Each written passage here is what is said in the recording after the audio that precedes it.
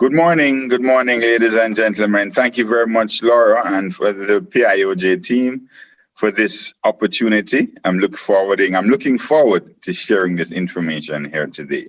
And we will be looking through a very interesting topic, how technology disruptions can support growth. And also we'll delve further, or specifically, impact of the implementation of technological innovations on Jamaica's competitiveness and business environment. My name is Gabriel Heron, as Laura mentioned, Vice President of Marketing at JAMPRO. So without any further ado, I'll move forward. So firstly, I'm going to walk you through a quick presentation outline of what we're doing here today. Give you a quick background in terms of the context of innovation and technology. Go through the National Competitiveness Council and what it is that they do and how important the important role they play in our business environment. Transition then to the technology-based business environment reform that have taken place to see where we are, and then look at the disruptive technologies. This is not an exhaustive list, or it won't be an exhaustive list, but I've pulled down some of the key ones for us to have a look at, and then we'll transition quickly to the interesting items. What is applicable to Jamaica, and what do we need to leverage going forward? And then finally, have a look at the key takeaways for us to have a discussion, assessment on, and then what is our challenge as Jamaicans going forward. So bear with me and follow me on this journey. Okay, so for background, historical context of innovation and technology, in the 1500s, China's economy was the strongest in the world. By the 19th century, US, Western Europe, and Japan leapfrogged China. Why is that?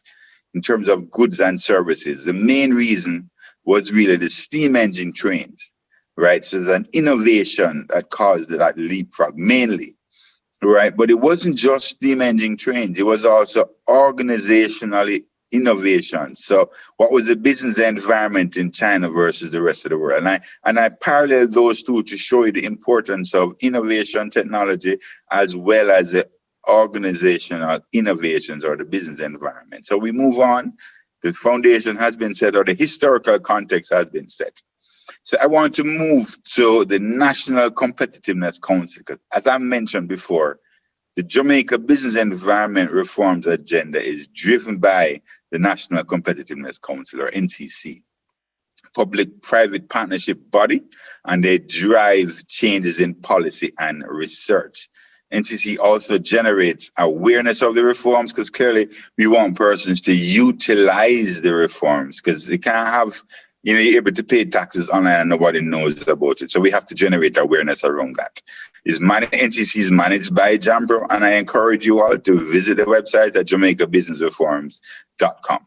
So quickly, the Business Environment Reforms Agenda, it's a matrix of over 30 reforms that are updated quarterly. So a lot of work is being done in the background, and it includes reforms that address the entire life cycle of our company. So we're trying to ensure that the business environment really, really improves as we go along, leveraging technology improvements in processes as well.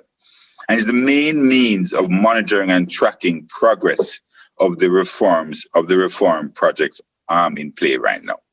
So NCC plays a very critical role. It gets private sector support. There's a committed membership. There is a public-private partnership, which is important because you need to see what's happening in the private sector. And then, of course, there's a strong governance structure. And we have strategic funding partners in the government of Jamaica and, of course, the World Bank. Now, a country's private investment flow is directly impacted by the ease of doing business. Investors want to know and want to understand that business is easy in a particular country. Jamaica currently ranks as number 6 for starting a business. That's an important indicator for many investors, for argument's sake. So we traditionally use World Bank's Doing Business report as a measurement. We gauge our business environment. We're improving. In 2012, we were at 88 out of 183 countries. In 2020, we're now at 71 out of 190 countries. So we're improving and we're doing better. So we have to keep at it. All right. So What I want you to hear, there are 10 main business environmental reforms that are taking place. And I'm saying this, and I'm going through this because it's very important to get the fundamentals addressed first. So I'm highlighting these fundamental items. So starting a business, I mentioned that we are currently ranked as 6th by the World Bank doing business report. Getting electricity, critical for construction companies. As you know, days gone by, it would have taken 2-3 months. Now it takes 2 weeks to get your electricity set up once their connections are already. Registering property, getting credit, protecting minority interests, paying taxes, trading across borders, dealing with construction permits, enforcing contracts, and resolving insolvency. These are all important business environment reforms. And I'm going to distill now some of the ones that have been implemented that have leveraged technology as we move closer to our discussion. Starting a business. So you can now register a business through Companies Office online, the electronic business registration form. So what does this mean? Persons can have the convenience and efficiency of registering online. The persons in the diaspora can register their company online as well. You can pay taxes online. Tax payments via NCB platform, and you have your TCC. There's a tax compliance certificate system.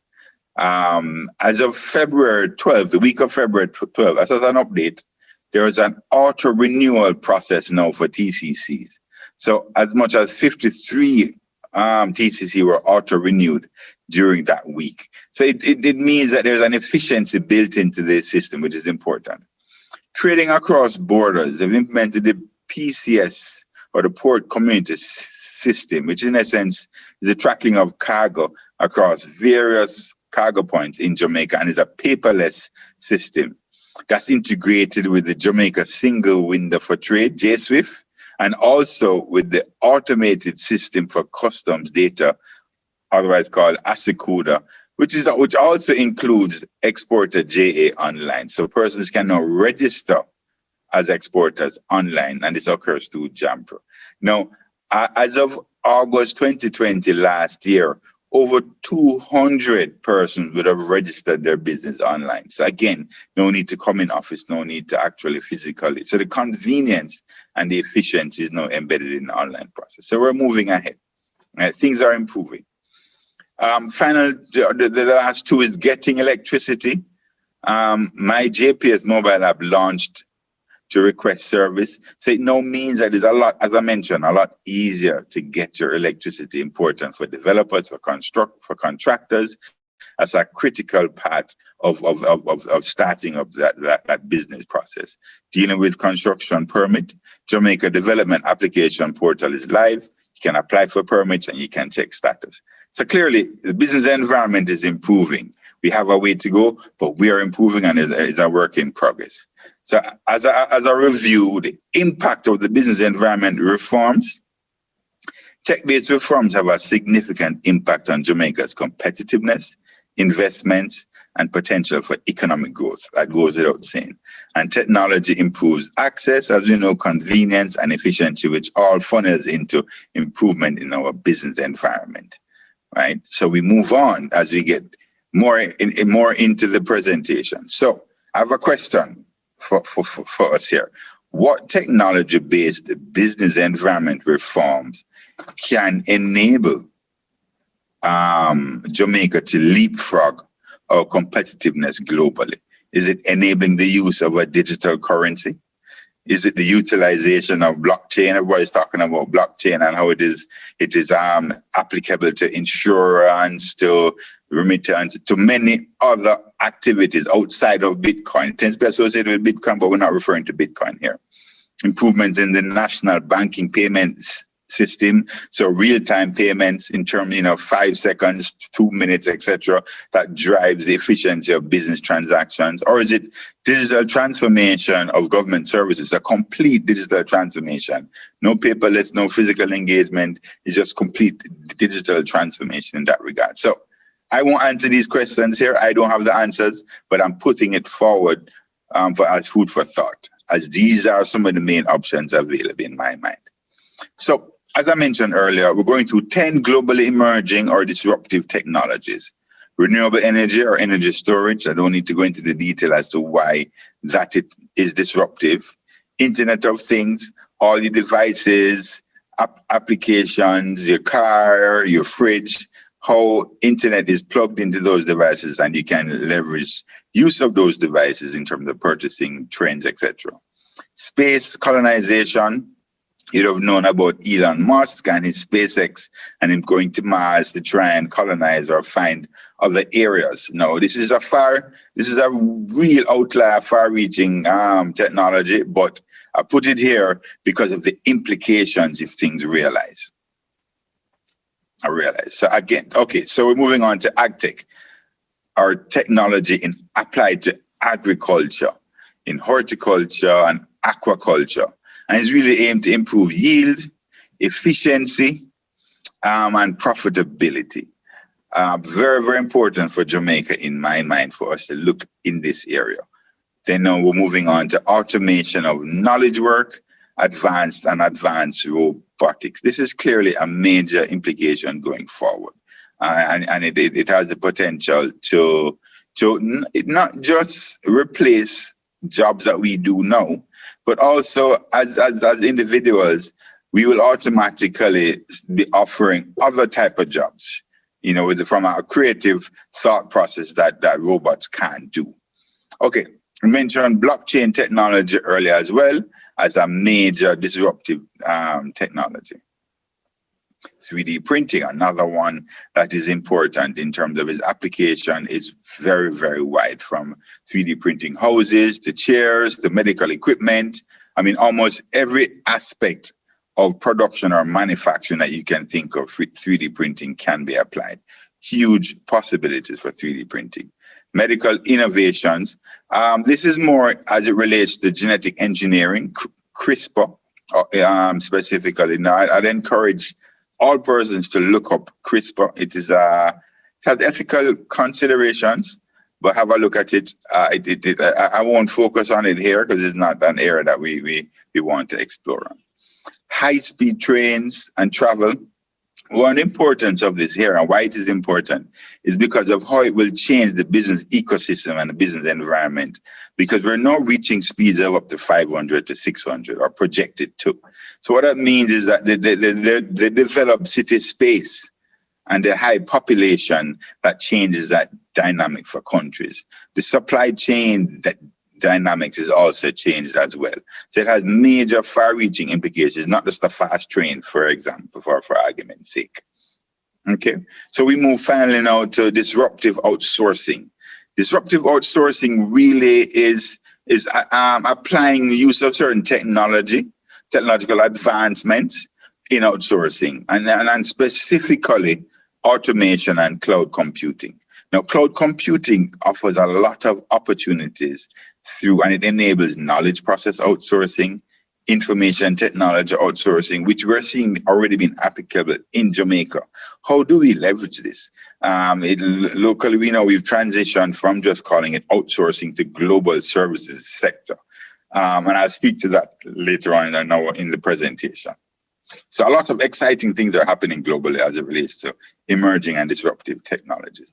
But how do these technologies fit within Jamaica's ecosystem? How do they sit within our business environment? Because they're all not applicable. So we have to be very careful of what we apply and what we choose. So I'll move next into what I think is most applicable at this time. And there are other areas as well that are applicable, but I particularly looked at these because they're interchangeable and they reinforce each other. Know that the integrated resource plan came out, and we have anticipation of the RFP being issued shortly for the spectrum of power energy generation along wind, solar, LNG, and waste energy. Right, so particularly for wind solar, what's happening globally, a lot of farming and agriculture is paralleled with solar and wind energy to drive the farming operation or the energy needs of the farming operations. No, so you leverage technology in agriculture, you're getting your energy from a renewable source, and the storage cost is also being reduced. The technology of energy storage is being reduced as well. Plus, you're coupling that with 3D printing as an emerging technology. So all your physical material needs on the farm as it relates to technology in agribusiness, you can generate it yourself, or can be done locally by ordering. So that nexus, these three nexus here, it leads to significant food security and a significant improvements in exports. And that is how I see the application to Jamaica's ecosystem. There are many other areas as well, of course. And the special mention I have here is the GSS, the global services sector. I mentioned before about cloud computing and the ability of cloud computing to enable knowledge process outsourcing, as well as IT process outsourcing. And the potential here is huge because it now means that Jamaica can service a global customer base. So that scalability, and we're talking about high skill, upskill jobs, not just contact center type jobs, as a decent amount of the industries now focus in that way, but we're shifting significantly, we're ramping up, we're expanding significantly to knowledge process outsourcing and IT outsourcing. Right, so I'll move on now because I've been a little bit focused on agribusiness and agri-tech, and I'm showing you an agribusiness case study for the Netherlands, and I'm doing this because Netherlands they're not only food secure, but they are also the second largest exporter of food globally. The second largest exporter of food globally. So I'm going to kind of highlight a few important points here as it relates to comparison to Jamaica. In terms of arable land, we're about 4 times, or our Netherlands is 4 times the size, or they have 4 times the amount of arable land as Jamaica. How does this compare to other outputs? The output per worker, as in the cost, for Jamaica is how much you earn per worker. 10,000 per worker in Jamaica, 94,081 in the Netherlands. No, this is a reflection of the efficiency and the technology that is being applied. Right. I want to jump back to show the employed labor force. Even with all of that, we employ more persons in our agribusiness sector than Netherlands do. All right, but still, the output per worker for Netherlands is significantly more by them leveraging technology. The leading products, as in crops, we do sugar cane, yams, coconuts. Netherlands are sugar beet, potatoes, and onions. Move on now to fisheries and the tons of export. We do 15,346, they do 411,000. Now, this is understandable because they have a lot of agriculture because of their landscape, but there's a lot of water embedded in their landscape. So this is not up for major consideration, but I've left it here. However, if you look at export of products, we're exporting 331,000. The Netherlands is exporting 102 million export of products. So we are 0.32% of what Netherlands exports, which is significantly less. So it really speaks to how much more we can do with the arable land that we have. So leading products, we export alcohol, tubers, and beer. They export live plants, flowers, and cheese. So I'm showing this here just as a parallel and a potential food for thought. So where do we go from here? I won't go through the imports, the fiscal incentives. We have the productive input relief. They focus on R&D and innovation incentive. So, this is a penultimate slide, and I'm just going to show you how we compare to the Netherlands. For cereals, they're about 4 times that we are. There's no information as relates to citrus fruits, but for fruits, they're also about 4 times that we are. For pulses, again, roughly 4 times. For roots and tubers, not as much as 4 times. For vegetables, around 4 times what we are. Core agriculture exports. So what does this mean? Should Jamaica consider pivoting to other crops which have more potential for larger global demand? Are we too concentrated on what we produce now, as opposed to looking at what are the global crops? Where can we expand to? Should we also focus more on value-added export agriculture products? So this needs a little bit more assessment, but it is food for thought. So where can we go as it relates from a JAMPRO perspective in terms of generating and finding those investment opportunities to drive the economy going forward? So, gentle folks, we've gone through and thanks for walking with me through that journey. What is the key takeaway? There are numerous emerging and disruptive technologies currently at play. There is a need to make a comprehensive assessment of which is best fit for Jamaica. I'm recommending, or I'm looking at agriculture, agribusiness, technology and agribusiness, renewable energy, and the global services sector. Now, again, due to the pandemic, there was an automatic pivot into these areas. Yes. And in fact, as a country, tourism is a pillar and we'll still hold on. But in terms of, we'll still hold on to that pillar. But in terms of disruptive technologies, these are the ones that we can leverage if emerging technology and apply them towards that. What is our challenge together?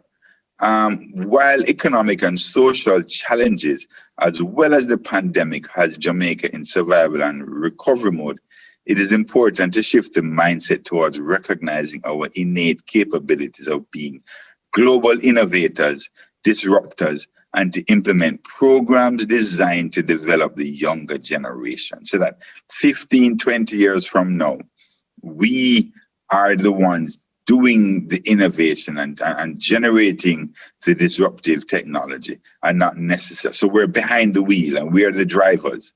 All right. And with that, I leave you. Thank you very much to PIOJ for the opportunity. And thank you. I'm out.